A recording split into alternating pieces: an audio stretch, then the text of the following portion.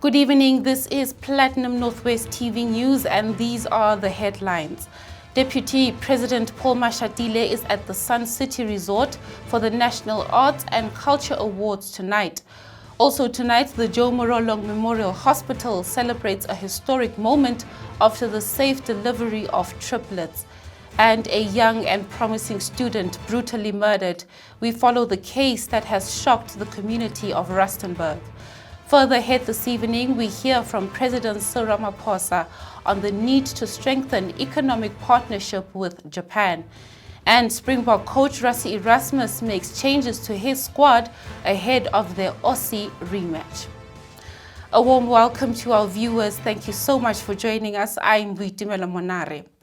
First tonight, Deputy President Paul Mashatile is at the Sun City Resort where he will deliver remarks at the National Arts and Culture Awards taking place at the Sun City Super Bowl in the Northwest Province. The National Arts and Culture Awards shine a national spotlight on the creators, innovators and visionaries who push boundaries and shape our cultural identity. This year's nominees reflect the rich diversity and resilience that defines South Africa's creative sector. Mashatile is expected to highlight the importance of sports, arts and culture in shaping South Africa's national identity and contributing to economic growth. In this next story, Northwest MEC for Health, Sello Lehari, visited the Morolong Memorial Hospital in Vryburg to commend healthcare workers. This is following the successful and safe delivery of triplets, the first set ever to be delivered at the facility. The babies, 2 girls and a boy, were delivered on the 12th of August through a planned cesarean section by a multidisciplinary team of doctors and nurses. The delivery followed weeks of specialist monitoring after the mother was admitted as a high-risk patient due to hypertension and carrying triplets. She received consistent care from the hospital's gynecology team. All 3 babies were safely delivered and their mother remains in the postnatal clinic in a stable condition. A developing story here tonight. A dark cloud continues to hang over the community of Rustenburg. This is following the gruesome murder of a young woman. 21-year-old Onalenna Selebogo was a third-year student at the Northwest University. Her lifeless body was discovered in a flat in central Rustenburg with multiple stab wounds to the neck on Sunday, the 3rd of August. The suspect, 29-year-old Walter Tsetlo, fled the scene but later handed himself over to police. Earlier this week, the suspect appeared before the Rustenburg Magistrate Court. He now faces a murder charge. The killing has sparked outrage during Women's Month, a time meant to honor and protect women. In more news, Speaker of the National Assembly, Thoko Didiza, has expressed concern regarding certain remarks made during proceedings of the ad hoc committee, which is established to investigate allegations made by KZN Provincial Commissioner, Lieutenant General Nhlanhla Mkhwanazi. Speaking in defense of Parliament's Legal Advisory Unit, she said remarks made by some members of Parliament questioned the competence and integrity of the Parliamentary Legal Services team assigned to support the committee. Now here is Parliament spokesperson Moloto Mothapo. The Speaker of the National Assembly wishes to place on the record her full confidence in Parliament's legal advisers in response to the certain views expressed in the proceedings of the ad hoc committee that is underway. It must be emphasized that our legal advisers are not merely administrative staff members of Parliament, but they are officers of the court as well, guided by the Legal Practice Act and the Legal Practice Council.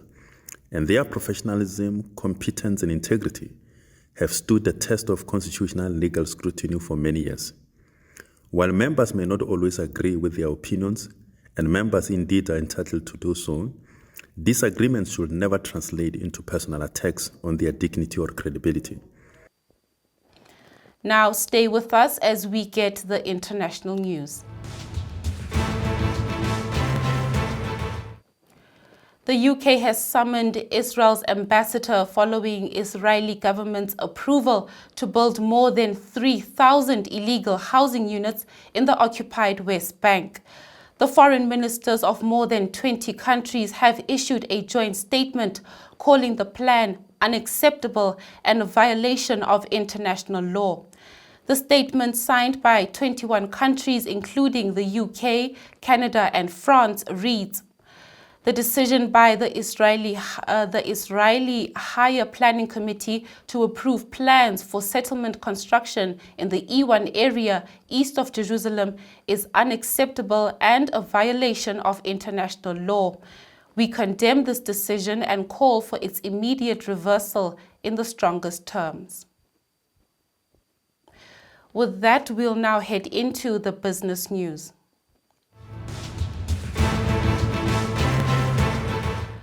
Tsabukoni Farmers Market returns for its 5th annual edition this spring, promising a fun-filled and family-friendly experience for lovers of agriculture, arts, crafts and good food. The brainchild of local economic developer Tlhompo Mekgwe, Tsabukoni Farmers Market will take place on the Saturday, the 20th of September in Vryburg. During the one-day event, farmers from all agricultural disciplines, including stock and crop farming, will display their products. On the day, local artists, sculptors and cooks will be present to share their creations with the community. The decision to hold the event in Rustenburg is symbolic of the town's rich heritage as one of the Northwest Province's agriculturally active regions. In more business news here tonight, President Cyril Ramaphosa has called for a strengthened economic partnership between South Africa and Japan. He highlighted the need to diversify export markets in light of recent global trade disruptions, positioning Japan as a key partner in the strategy. The president addressed the South Africa-Japan Business Forum on the sidelines of the Tokyo International Conference on African Development Summit. We invite Japanese businesses to co-invest with us in value chains anchored in South Africa that serve the continental market of all these 1.3 billion people. We're very pleased that Japan has continued to be committed to the TICAD summit process, and through that to demonstrate its support for Africa's development. So South Africa and Japan can jointly advocate for a rules-based global system that supports fair trade, that supports sustainable investment and value chain integration. And on this, South Africa and Japan have a great deal of affinity, a great deal of commonality. Together we will be able to build industrial corridors in electric vehicles, in hydrogen, as well as in digital innovation. And indeed, in a number of other areas where a number of your own Japanese companies have been doing business for years and decades. And I was particularly impressed to get to know that a number of Japanese businesses are actually expanding, and they have a greater vision of what they want to achieve. But what was most impressive was the extent to which they are willing to work with us in South Africa as partners. And now stay with us as we wrap up with the sports news.